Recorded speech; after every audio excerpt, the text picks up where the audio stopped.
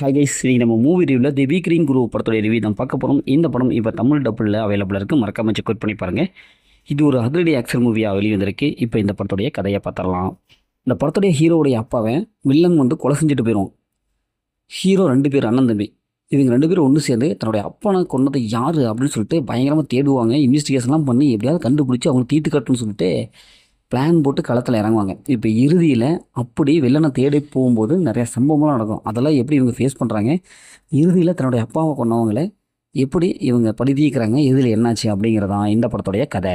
படத்தில் ஃபாஸ்டின்னு பார்த்தாவே இதில் நடித்த 2 ஹீரோக்கள் சூப்பராக நடிச்சிருக்காங்க. செம்மையாக இருக்குது. ஃபைட் சீக்வன்ஸ்லாம் நல்லா இருக்குது. சண்டை பயங்கரமாக அடித்து பிரித்து மேயறாங்க. அந்தளவுக்கு நல்லா இருக்குது. பக்கத்தில் ரசிக்கிற மாதிரி இருக்குது. சிரிப்பு சண்டை இப்படி சிரிப்பு நமக்கு வர வைக்கிறாங்க. அந்தளவுக்கு நல்லா இருக்குது. டார்க் காமெடி நல்லாவே எடுபட்டுருக்கு. காமெடி செம்மையாக ஒர்க் அவுட் ஆயிருக்கு. அதுக்கப்புறம் ஃபைட்டு எமோஷனல் எல்லாமே ஓரளவுக்கு நல்லாவே இருக்குது. ஸ்க்ரீன் பிளே பொறுத்தளவுக்கு போர் அடிக்காமல் பார்த்துக்கிறாங்க. ஃபஸ்ட் ஆஃப் கடைசி வரைக்கும் நல்லாவே கொண்டு போயிருக்காங்க. அது கிளைமேக்ஸ் ஃபைட்டு நல்லாவே இருக்குது. படத்தோடைய வீடியோ பொறுத்தளவுக்கு நல்லாவே வந்திருக்கு. அது மாதிரி சினிமோட்டோகிராஃபி சூப்பரான ஒரு சில படம் கொடுத்துருக்காங்க. அதுவும் மிடில் வர போர்ஷன் நல்லாவே இன்னும் நல்லா இருக்குது. ட்விஸ்ட் எண்டிங் நல்லாவே ஒர்க் அவுட் ஆகுது. ஆரம்பத்தில் ஹீரோக்கள் 2 பேரும் வெவ்வேறு திசையில் இருப்பாங்க, ஃபைட் பண்ணிட்டு இருப்பாங்க. தன்னுடைய அப்பாவை கொண்டது யாரும் தெரிஞ்சதுக்கப்புறம் ஸ்கட்சு போட்டு களத்தில் இறங்குவாங்க. அந்த சீக்வன்ஸும் நல்லாவே வந்திருக்கு. ஹீரோயின் சும்மா டச்சப் மாதிரி போகிறாங்க.